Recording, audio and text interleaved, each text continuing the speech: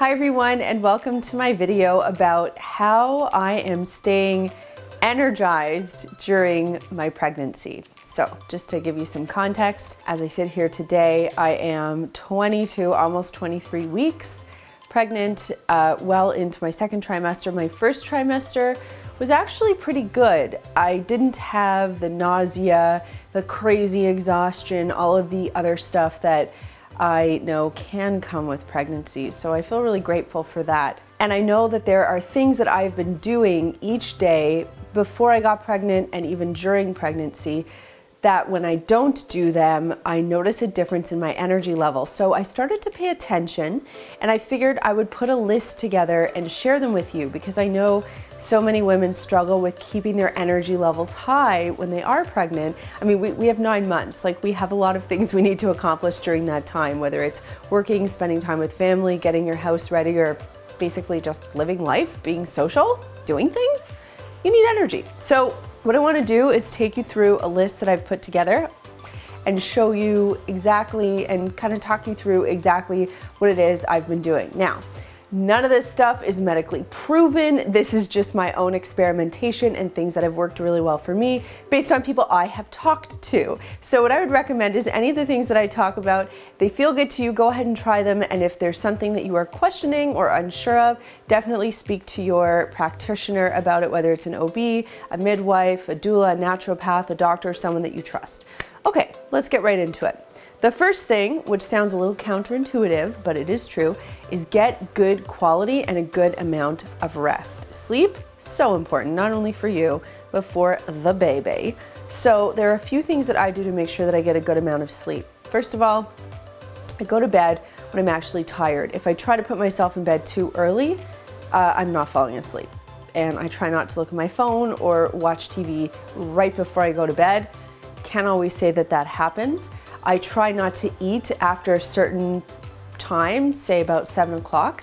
I find that if I'm still digesting, I usually go to bed between 11 and 12. I cannot sleep. And if I'm eating something, I ate an apple at like 9 p.m. a few nights ago because we had these amazing Honeycrisp apples in the fridge and I really wanted one. Total pregnancy moment. I ate it and I swear to you I was up till 4 in the morning. I basically just didn't sleep that night. So stay away from foods at night. Make sure you get good quality rest. Listen to your body. If you're tired, go to bed. I've needed naps during the day, not all the time, but every now and then. And I just take them. I don't fight it. I don't try to push through it. I just relax into it because that's the right thing to do. At about 17 weeks, the way that I was sleeping wasn't working for me anymore. My stomach was getting bigger. I started to become progressively more uncomfortable. So I invested in a snuggle or a pregnancy pillow or a body pillow. It really doesn't matter which one you get. You just need one that suits your needs for pregnancy. So the way that I always slept, I sleep on my side. I have a pillow here. I always sleep with my arm under my pillow, and then I have another pillow that goes between my legs. And I thought that was the right thing to do. I've always done it, but even for pregnancy, I thought it was the right thing to do. For whatever reason, it didn't work anymore. So I got a snuggle and it sort of envelops you. It's like this big C-shaped thing. Husbands don't like it, but it feels really good.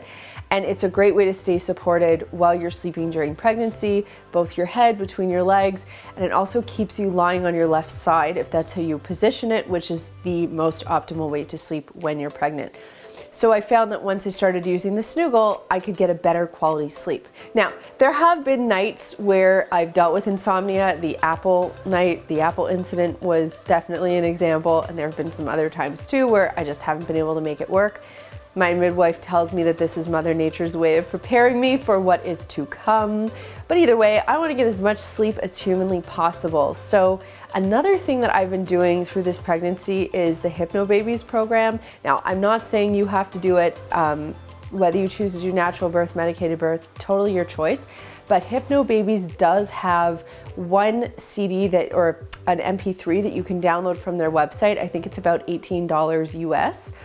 And it is an insomnia CD. So it actually helps get you into the headspace. If you're suffering from pregnancy insomnia, it gets you into the headspace where you can sleep. So it basically just hypnotizes you into a nice sleep. You can listen to it, fall asleep to it.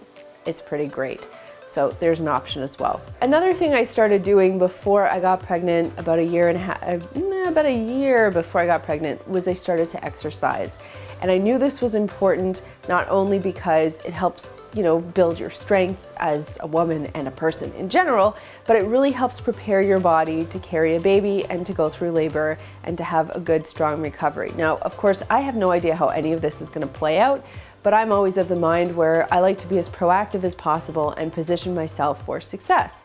That's why I started working out. So once I got pregnant, as soon as I found out, I told the trainers, so they knew pretty much right after I found out. And from then on, I kept up with my intense classes that I was doing. I was doing this small group training, sort of similar to CrossFit. I was doing that until about week 14. And then my stomach started to get a little bit bigger, and I just couldn't do the same things I was doing. Plus the relaxin was going through my body. I have an injury in my shoulder. I had to really be careful with what I was doing. So I started to modify. And I will put a link oh, by the way, anything I talk about, I'll just put a link in the description box down below for you, whether it's the pillow or anything else that I'm talking about. A friend of mine told me about a pregnancy program that you can download online. It's called Fit to Birth Mom. I've been doing that, and I've also been modifying my exercises in general because the baby is sitting low, and that is putting pressure on my groin area, which is not comfortable. So I've had to do a lot of modifications, but I'm still keeping up with exercising 3 days a week. I do it in the morning. I know it sounds exhausting, but I have to tell you, on the days that I exercise, I just feel like I have more energy. And I'm not that guy who's like, yeah, you exercise and you feel amazing. Like, that's not me, ever. But I will say it really does have an impact. And even on the days, like, I sure as hell don't want to wake up in the morning and start exercising. I'll tell you that. That has not changed for me. But I know how important it is for my body, and that's what gets me out of bed. The results are definitely worth it.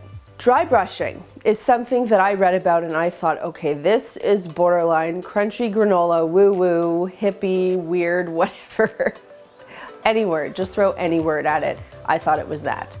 However, because I kept an open mind and I wanted to try any and everything that I could, not only to reduce stretch marks, which is what dry brushing claims to be able to do, but also to help energize, I decided to give it a try. So I am going to put a video together, a separate video together, on how I dry brush. I'll put links to the brushes that I use below. I've timed it. It takes me 5 minutes to do in the morning. I do it every morning before I shower. And there have been 3 days since I've been pregnant that I haven't done it. And I swear to you guys, on those days, I'm a zombie. Dry brushing is crazy for your energy levels. What it does is it sort of invigorates you, it wakes you up, it wakes up your lymph system, it gets everything flowing. And then you take a nice shower. I'm telling you, it makes all the difference. It's like a cup of coffee. And I do it on my body, and then I do it on my face as well. And I have to say, for my face, my skin has never looked better. Drinking water is something we all know we're supposed to do. We know, I mean, there's a rule, you're supposed to drink half your body weight in ounces of water each day. And as soon as I got pregnant, I knew the importance of hydrating, giving the baby enough water and whatever it needs to do its thing in there. But I have found that water, for whatever reason, is energizing. And as I've progressed in the pregnancy, I was always into room temperature water my whole life. Now, all I want is ice water. Give me all the ice, like an iceberg in my cup. Every morning before I got pregnant and through pregnancy, I have had a spoonful of cacao nibs with my breakfast. So whether it's a smoothie, I'll put it in there, or lately I've been making my favorite, banana oatmeal egg pancakes for breakfast, and I sprinkle those with cacao nibs in the morning. I use 1 tablespoon. I've done research about this. There was concern about caffeine. It's fine. There have been some concerns about the safety with heavy metals in the soils where the cacao nibs are grown, like all this mashugana stuff, but I've researched all of it. I've talked to my naturopath about it. I really trust him, so I feel as though it's fine to eat them each day, as long as it's in moderation, and my midwife corroborated that.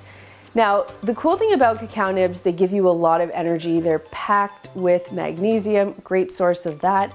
and which helps with workout recovery and really gives your body some great minerals. It's known to be a superfood. Look, I'm not going to sit here and give you all of the tips and pointers about cacao nibs. Go look it up. If you're into it, make sure that you get the good quality organic ones. And for me, again, when I haven't had them with breakfast, which rarely happens, I do notice a drop in energy. As I've said, I haven't really experienced a lot of nausea or food aversions during this pregnancy. Thank goodness. Don't ask me how that happened, but I do know what's super important, especially when you're growing another human, is to eat well and eat a balanced diet. And I don't know, but I think part of the reason why I've had an easier time is because I am careful and mindful with how I eat. I make sure I get my fruits and vegetables, my proteins, healthy fats, all of that kind of stuff.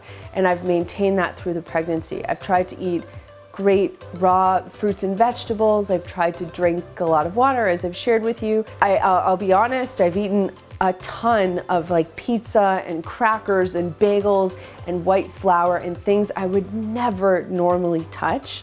But I'm also just listening to my body. If my body's like, hey, now's the time for pizza, fine, we do pizza. But that shouldn't replace eating the good stuff. And I've made sure I've been doing a lot of that.